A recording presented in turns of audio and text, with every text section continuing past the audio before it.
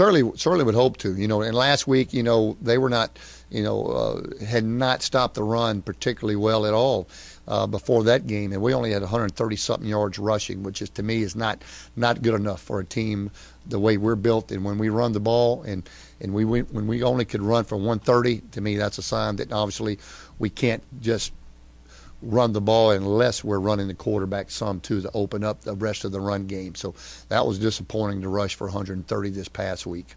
That's Raging Cajuns head coach Mark Hudspeth at his Monday press conference following the Cajuns' 23-21 victory over Georgia State, admitting that they do have to run the ball a little bit better. And despite playing a two-quarterback system, Hudspeth wants to get Jalen Nixon more of an opportunity. We did have that scripted for Jalen to come in on the third series of the game.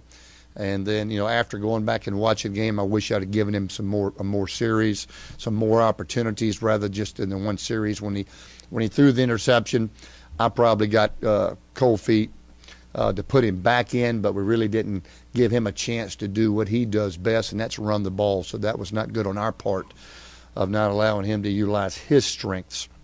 I think 2 of his first 3 or 4 plays were passes, although one of them was a bootleg, and that's what he does extremely well.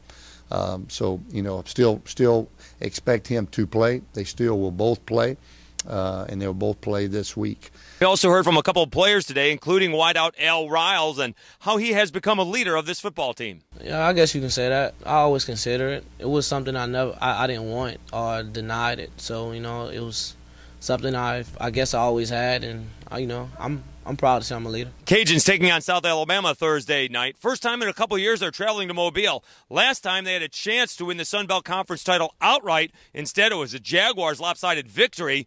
The Cajuns have not forgotten. I think about it. I've been thinking, whenever I think about South Alabama, I think about 2 years ago. It was not a good moment. Not just particularly for me, having some people that I care about at the game and experiencing a loss like that, and the conditions, the cold, it was just an all-around just horrible feeling, and I'm definitely going to have it in mind. I think some of us that's still on the team, definitely, it's something it's hard to forget about, that cold night, the rain, just that loss. So, and with them being the last team, I think that was last at the time in the conference, and when they beat us, it was embarrassing. They were celebrating like they won conference. So I think, and a lot of us like Prater and a lot of the seniors, it's still fresh in our head going back up there. Yeah, we mentioned that yesterday in our team meeting.